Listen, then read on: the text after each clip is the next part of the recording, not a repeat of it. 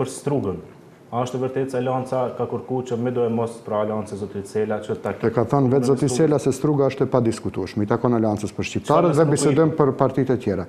Unë nuk mund t'jap përgjigje për një situatë hipotetike sepse besoni dhe atmosfera në front nuk është e këtill, nuk është me qasje kushtëzuese dhe me situata hipotetike.